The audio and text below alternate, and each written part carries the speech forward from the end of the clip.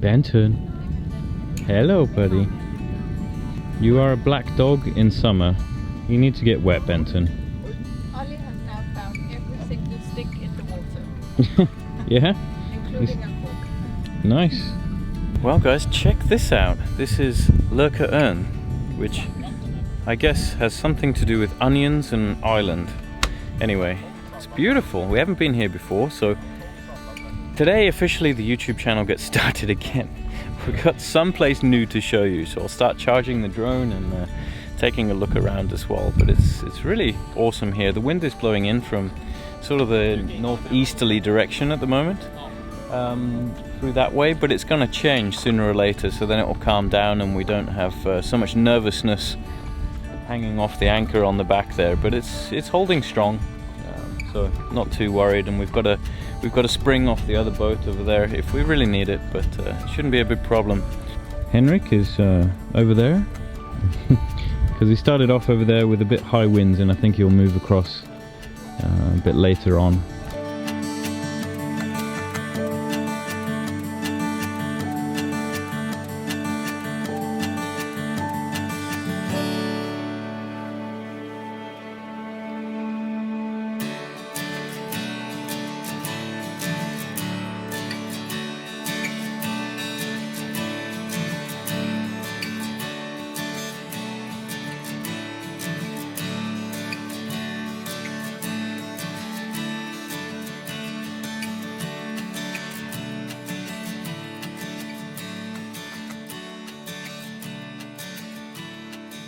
Sun's out again, and what a difference from yesterday. You know, the grey clouds came in yesterday and everything. It went down to 16 degrees, but today it's back up to, like, I don't know, 24, 25 degrees or something like that. So it's changing really really unusually this year, I would say. And the weather forecasters did say it will be a Swedish summer, whatever that means. So we're just really enjoying our time here and relaxing, really. What's great actually is one of our subscribers just came over and rowed over from a boat in the bay there, and it's so nice to hear that people enjoy the content that we produce and everything, and it gives us that motivation to carry on and try and film everything, you know, because it is a lot of work and it does take a lot of thinking about. But when we see that people really enjoy it and really appreciate it, we do get something out of that then, and it's yeah, gives us good motivation, that's for sure. I've said it many times, but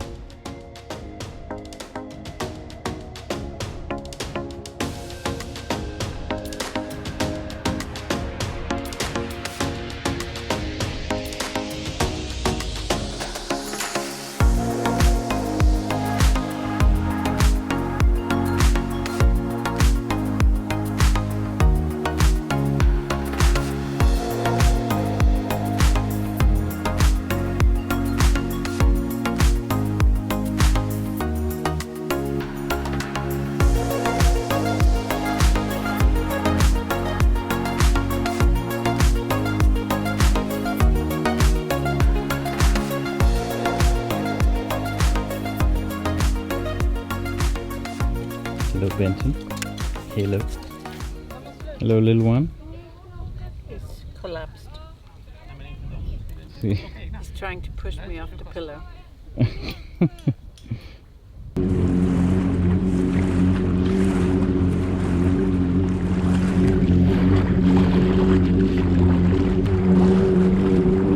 that, Ollie? Who's that? Can't get ribbing with you guys.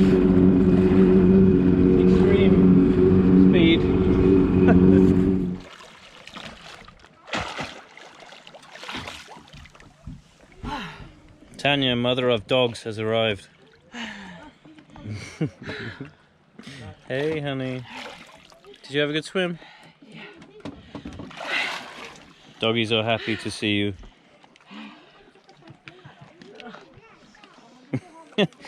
Was it good?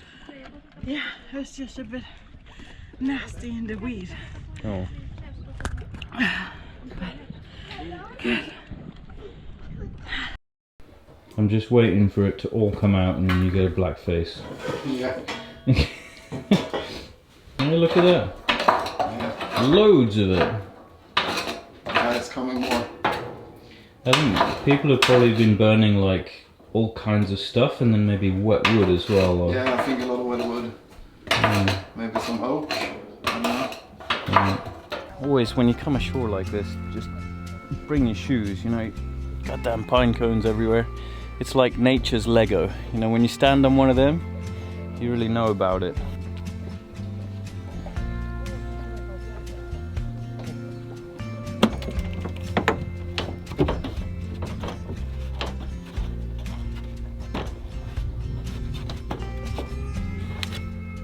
This guy is Monkey Man, docking ninja / monkey man. So we're dropping a rock down the chimney now to try and release the soot and get it working again. You know, when you said we'd go fishing, this wasn't what I had in mind. It's my kind of fishing. So the problem is that the sauna is missing an inlet air. Oh, okay. Yeah. So it's not really firing up that much. But the window slightly open and then it works. Yeah, okay. So now it's good.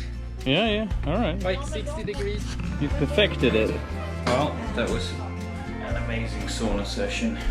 And just to top it off, actually, in here, it's quite a nice sauna up here, that's for sure.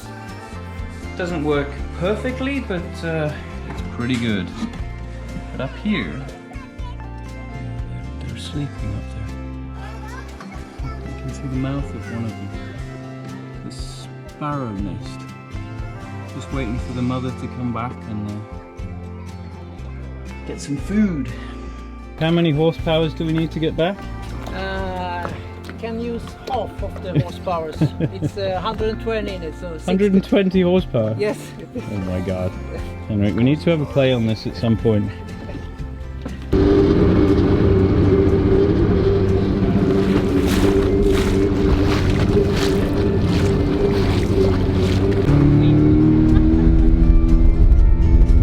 The audio on this video just disappeared when Henrik put his foot down in this boat. Like, it is insanely fast. If you ever get a chance to ride on a jet rib, take it up. It's insanely fun.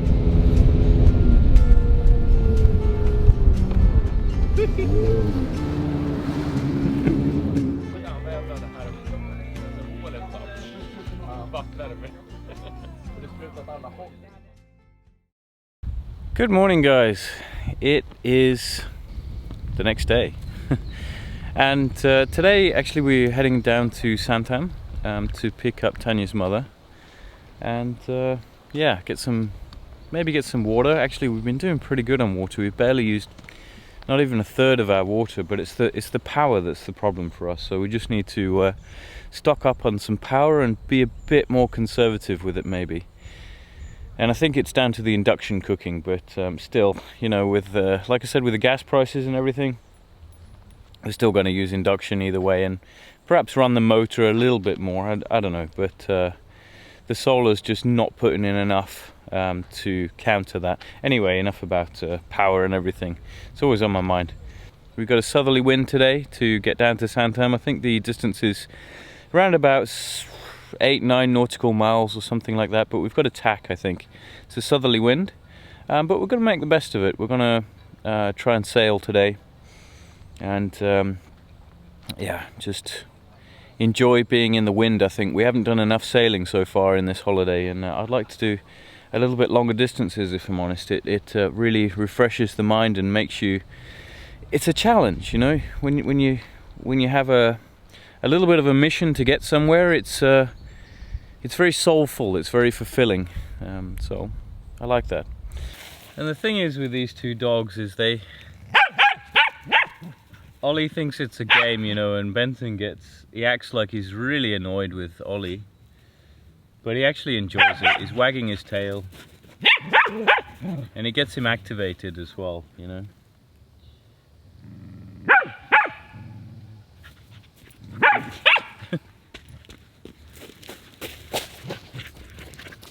So getting a dog on the front of a boat is actually sometimes pretty tricky, but with this peaker, or this four-peak, I think you call it in English, bowsprit, it's okay, but for the dogs it's difficult to balance sometimes. But it kind of works.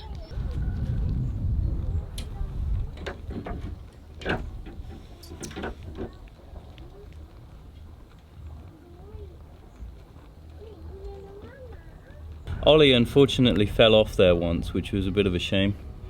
But luckily he fell backwards into the water, and you know, made me think though that if it went wrong, it could have gone really wrong on the rocks. So I've been really careful actually to make sure he gets on the boat okay. And you feel like a bit of a letdown when that happens, you know.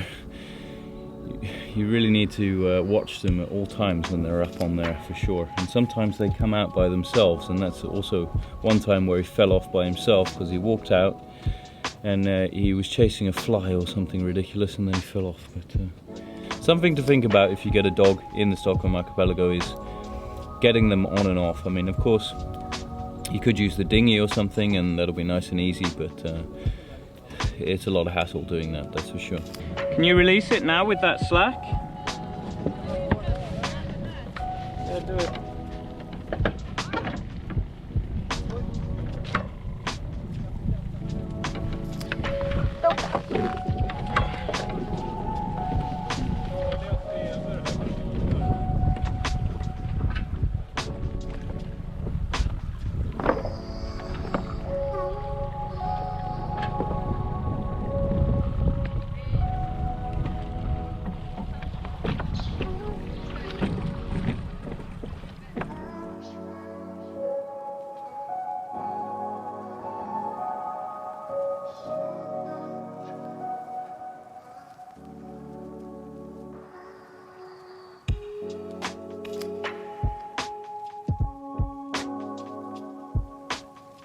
You can see that I've removed the engine on the dinghy now, because with that engine on there it was causing enormous amounts of drag, so it's not too much effort to put it back on the dinghy when we need it. But yeah, it's a little bit of work, but there we go. But this passage is really a beautiful place, you know, and it's quite cool to see people sailing down the middle of it. That's a nice thing.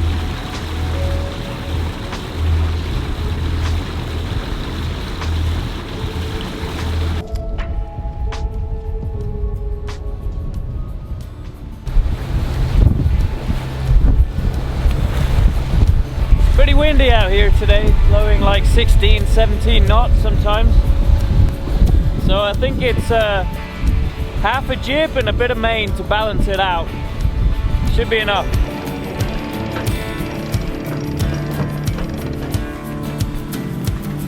Lie down, Benson. Lie down. Good boy. Yeah. Good boy.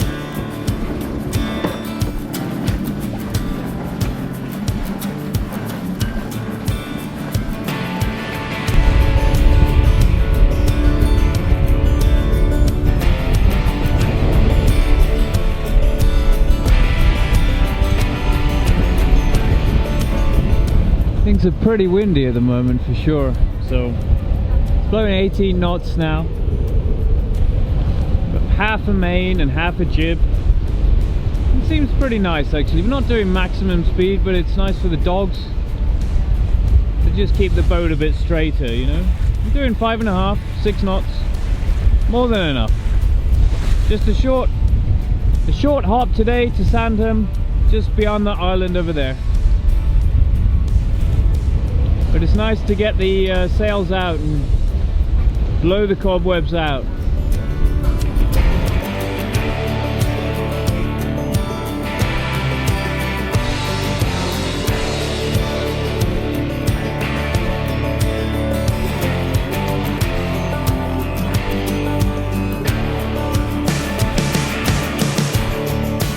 Good night. Aww. Benson's like, I'm jealous. Benson. I'm jealous now. Hello, Benson. Benson. Oh, watch it. As you come into Sandhamn, it can be quite busy actually. If I was to compare this to anything relating in the UK, it would be either the Solent or more specifically cows on the Isle of Wight during Cows Week. Most boaters come to Sandhamn if they want to stock up, either on water or electric or some food or something like that, or they just want to go to a nice restaurant or go to the after sale events every Saturday, usually held in July. And trust me, you can see some crazy things happening here, and people with a lot of money usually like to come here in their big boats and flash it off a little bit, let's say. It's usually better to book, and on arrival you'll be directed to your spot.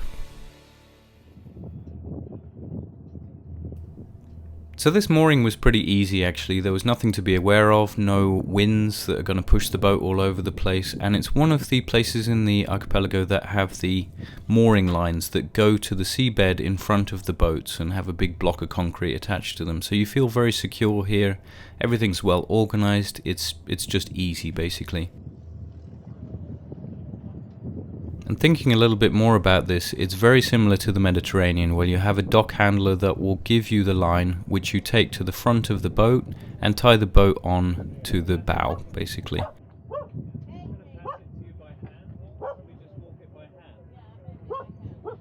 And of course, if you have any new people who haven't done this before and they take the line forward and they tie it off, make sure that they tighten the part of the line that goes in front of the boat and not the part of the line that goes towards the dock. That was a little funny situation we ended up in.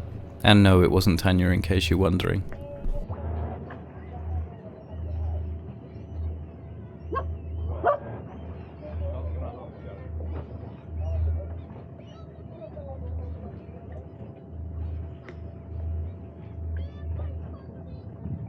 Oh yeah. Oh yeah, sweet, sweet power. Oh baby, look at that. 2000 watts coming in. Boat is happy again. Welcome to Sandhamn. It's pretty busy in here. It's like a party atmosphere, to be honest. So one tip that we have if you're doing this mooring line business and you're swaying around a bit and you really want a lot of tension on the front line, and this is common knowledge, so if you know it, I'm probably telling you what you already know already, but you know, to really get a lot of tension on this line on the front here, like rather than pulling it up as tight as you can by hand, you know, that can be really hard, especially to lock it off once you've pulled it up. Release the lines on the back, move forward, lock the line off on the front, and then use the engine to move back on it, and then you can really get a lot of tension on that line and stop your boat swaying around a lot, and that's just what we've had to do. And you know, that can really help your back out, that's for sure, rather than trying to tug on that line as hard as you can.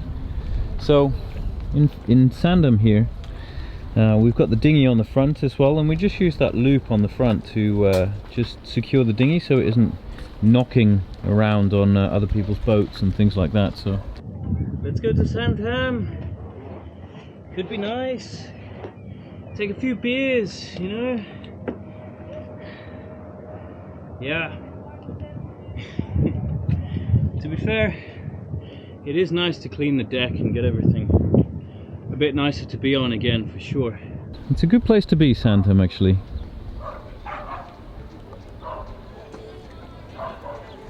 There's a lot of nice boats to look at, that's for sure. Hi everyone, we're in Sandhamn. I have gone to my friend G&T because I'm a bit depressed. My mom was supposed to be here with us, but it didn't work out. Saz screwed everything up, so she didn't get her luggage. So we couldn't do the exchange with Benton's family. Hello, Benton. It's Benton. So I was gonna exchange Benton with my mom tonight in Stavnes, but that did not happen. So my mom is now with Benton's family and Benton is still with us. And I'm drinking, just because I'm sad.